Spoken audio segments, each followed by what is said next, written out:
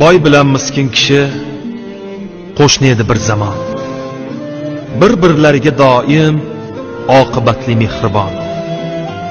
Hatto bolalari ham birga edilar har choq, goh u, goh bu hovlida o'ynashib quvlashmachoq.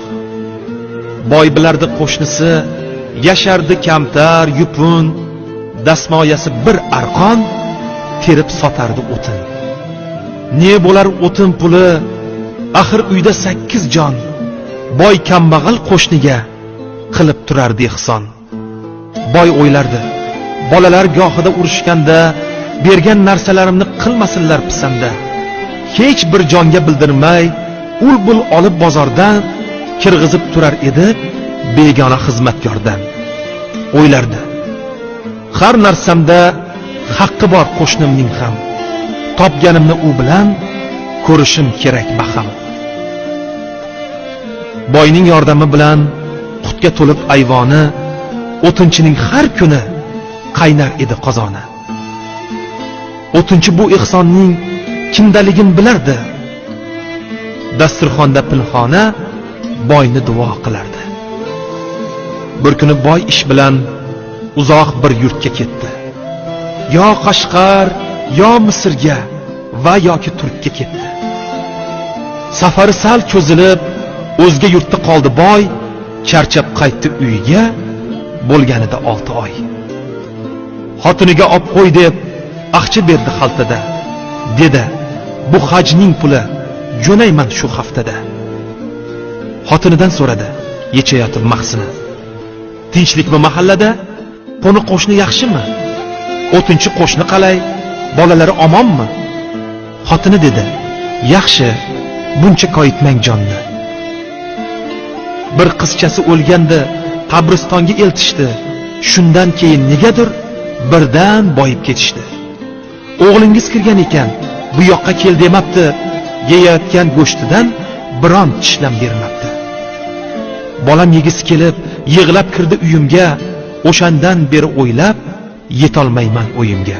Mo'min odamning axir bo'lmasmi qo'li ochiq? Qo'shningiz boy bo'lib ketgach, bo'lib qoldi qizg'anchiq. Boy shod bo'ldi har qalay, o'tinchi och qolmabdi. Ammo go'shni boladan qizg'angana bo'lmabdi.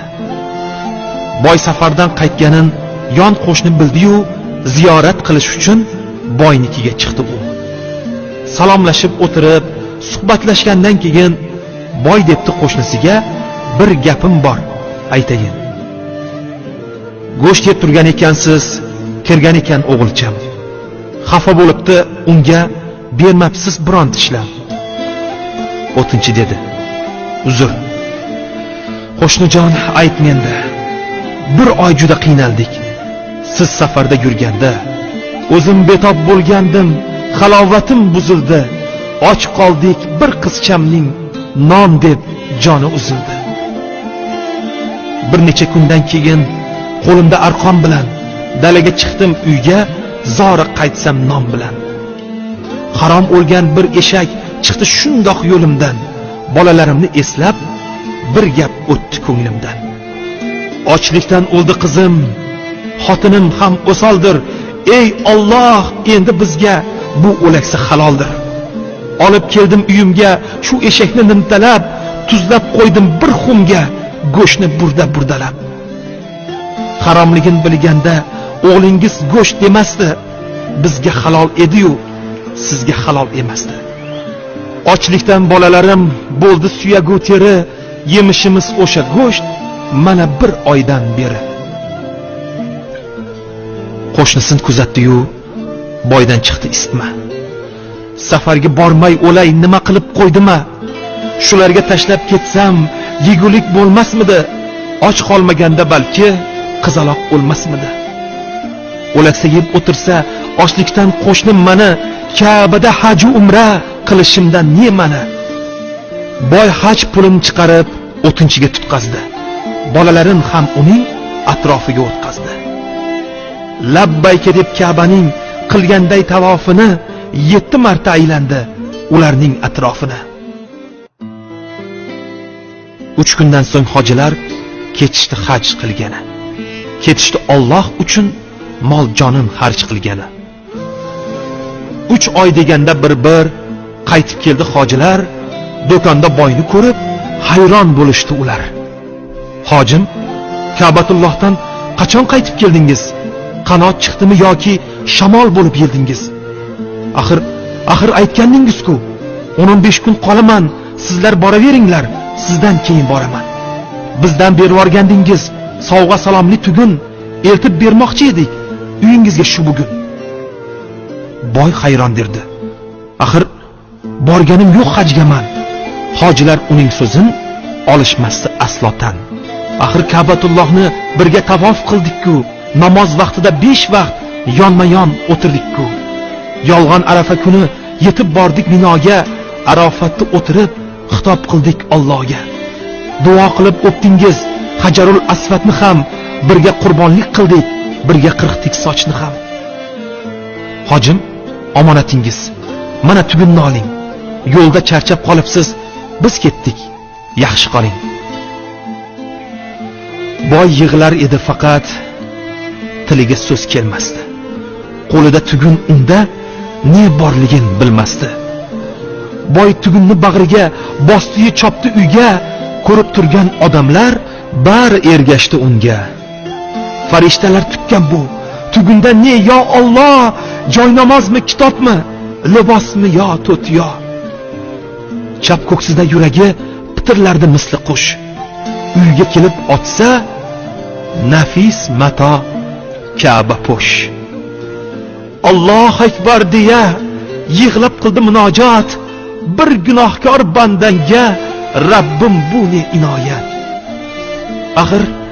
Axir nodonligimdan so'ldirdim gul g'unchasin, bo'ynimdagi uvoli yon qo'shnimning qizchasin.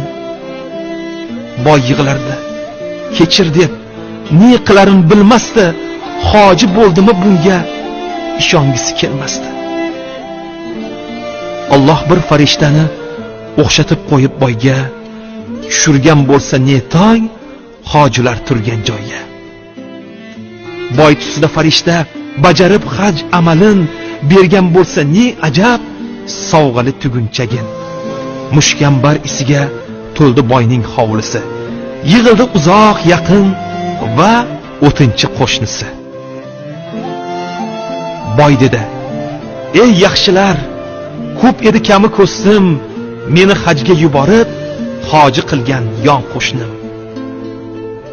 Boy qo'shnisini quchoqlab odamlarga bildirdi. Qo'shni tomon devorga Ka'ba po'shni ildirdi. Ko'zga surib odamlar o'ptilar Ka'ba po'shni, haq nazdida shunchalar aziz ekanmi qo'shni. O'sha kuni tiniqib hoji boy qoldi uxlab. Shuda Ka'ba o'zi kelganmish uni yo'qlab. Boyni o'tkazib qo'yib barmog'iga deb sana atrofida 70 bor aylanayotganmish Ka'ba. Xullas, Ibrohim qurgan Ka'bani kim bilmaydi. Bu tosh uyda haq o'zi istiqomat qilmaydi. Ana bayt, ana Ka'ba, qodir bo'lsang chop, yugur. Alloh o'zi qurgan uy mu'minlarning qalbidir. Ularga bir nazar sol, biri turar nurlanib, ilmu ma'rifat ila to'lib toshib qurlanib. Biri ilmsizlikdan qop qorong'i ship-shiydon, birida fahsh zinoga da'vat qiladi shayton. Sizni shu Ka'balarga chorlayman ey hojilar, hammamiz yig'ilishib qilamiz katta hashar. Kim mablag'i, kim kuchi, kim ilm bilan kelsin, kim hunar, kim shirin so'z, kim bilim bilan kelsin. Bu uyni tiklash haqqa yetmoq bilan barobar, mard bo'lsangiz shu ulug' uydan qolmang birodar.